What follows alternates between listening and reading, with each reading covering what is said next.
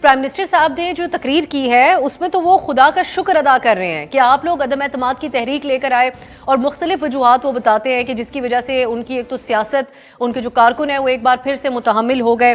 تو اور یہ بھی کہتے ہیں کہ پرائم منسٹر صاحب کے الفاظ ہیں، وہ کہتے ہیں کہ کپتان کے ٹریپ میں آ گئے ہیں آپ تمام اپوزیشن. تو آپ لوگوں کو اس چیز کا کچھ اندازہ ہو رہا ہے کہ آپ لوگوں نے کانفیڈنس حکومت کا مزید بڑھا دیا ہے؟ لگتا ہے پرائم منسٹر صاحب کی باتوں سے ہی has nothing to lose now.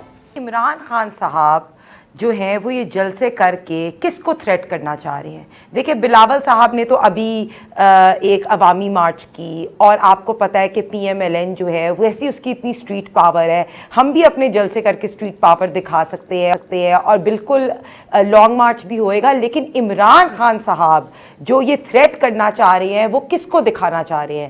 وہ جو کہہ رہے تھے، انہوں نے ایک اسپیچ کی تھی میں خطرناک ہو جاؤں گا، تو وہ ہمارے لیے تو میسج نہیں ہے، وہ کس کے لیے میسج ہے؟ پہلا تو کوشچن یہ ہے. دوسری بات، عمران خان صاحب نا ایک فولز پیراڈائز میں رہتے ہیں. میں نے ابھی ان کی ابھی اسپیچ دیکھی جس میں انہوں نے کہا کہ عوام کو ٹماٹر پیاز کی یا آٹے کی ریٹ کی نہیں پتا، لیکن میری بات سنیں کہ عوام کا جو کچن ہے نا وہ اے ٹی ایمز نہیں چلاتے، عوام خود ہی 2 وقت کی روٹی کماتی ہے. تو عوام کو بالکل ٹماٹر کی پرائسز، پیاز کی پرائسز، آٹے کی پرائسز، گھی کی پرائسز سے بہت افیکٹ ہوتا ہے. تو عمران خان صاحب نا ایک فولز پیراڈائز میں نہیں رہے. اور جہاں تک آپ کانفیڈنس کی بات کر رہی ہیں، اگر عمران خان صاحب کو اپنی عدم اعتماد پہ کانفیڈنس ہوتا تو ان کی یہ گھبراہٹ والی سپیچز نہ نظر آتی، ان کی اپنے اپوزیشن پارٹیز کے گھبراہٹ کدھر ہے نا صاحبہ؟ وہ تو شکر ادا کر رہے ہیں خدا کا کہ آپ لوگ لے کر آئے، ان کی سیاست کو نیا دم مل گیا. فیک کانفیڈنس ہے، جس طرح وہ گالیاں دے رہے ہیں، جس طرح وہ مذاق اڑا رہے ہیں، جس طرح وہ نیم تھروئنگ کر رہے ہیں، تو یہ شو ہوتا ہے عمران خان صاحب کا اب ٹائم ختم ہو گیا. اور میں آپ کو یہ بتاتی چلوں کہ یہ جو اپنے MPs MNAs کو تھریٹ کر رہے ہیں عمران خان صاحب، تو عمران خان صاحب کے لیے گڈ نیوز ہے کہ سارے اتحادی اپوزیشن کو سپورٹ کر رہے ہیں، اور not only PTI کے اپنے MNAs MPs opposition joint کو سپورٹ کریں، بلکہ اتحادی بھی سپورٹ کریں. اور یہ بھی ان کو بہت جلد گڈ نیوز مل جائے گی.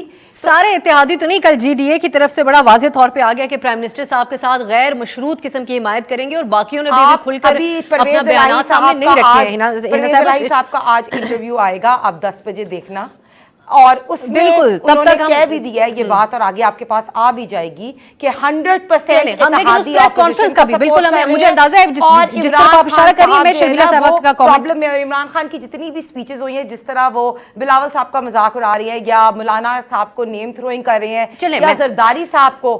مجھے آگے بڑھنے دیں شرمیلا صاحبہ کی طرف، ان کا کامنٹ لیتے ہوئے دلیپ صاحبہ کی طرف جاؤں گی. شرمیلا صاحبہ، پرائم منسٹر صاحب یہ کہہ رہے ہیں کہ نہ صرف وہ ابھی اس عدم اعتماد کا مقابلہ کریں گے، بلکہ 2023 کے لیے بھی اپنے لوگوں کو کہہ رہے ہیں تیار ہو جاؤ. In any case no confidence آپ کی کامیاب ہو یا ناکام ہو، ان کو یہ بھرپور بیانیہ بنانے کا موقع آپ لوگوں نے دے دیا ہے کہ یہ تمام آزمودہ جماعتیں ہیں، اور ملک اگر بچانا ہے تو بہتر ہے کہ عمران خان صاحب، اگر ان کے اوپر دیکھنا ہے تو اس سے بہتر ہے کہ عمران خان کے ساتھ ڈوب جاؤ.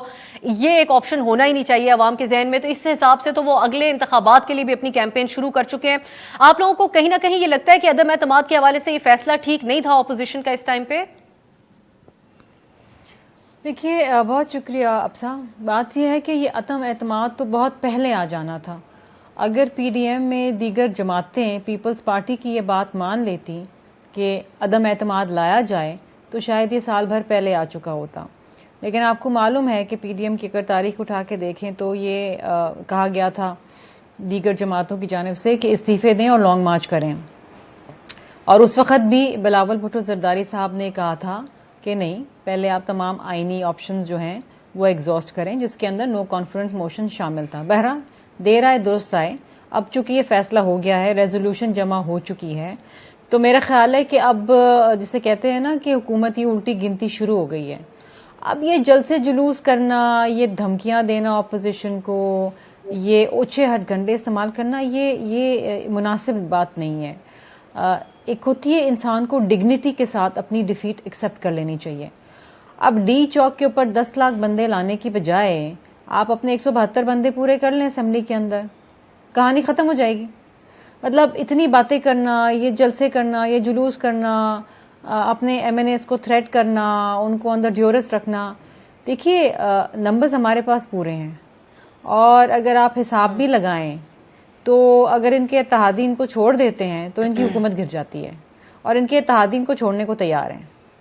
سو بات ساری تمام کہانی کا جو لب لباب ہے وہ یہ ہے کہ وہ جسے کہتے ہیں نا کہ جب گیدڑ کی موت آتی ہے تو وہ شہر کی طرف بھاگتا ہے. تو اب یہ کہانی یہ شروع ہو گئی ہے انفارچونیٹلی کہ یہ آخری جو جانے سے پہلے جو الوداعی جلسے اور جلوس ہوتے ہیں اور جو کہانیاں ہوتی ہیں جو ہم نے سنی ہیں یہ وہ ہو رہی ہیں.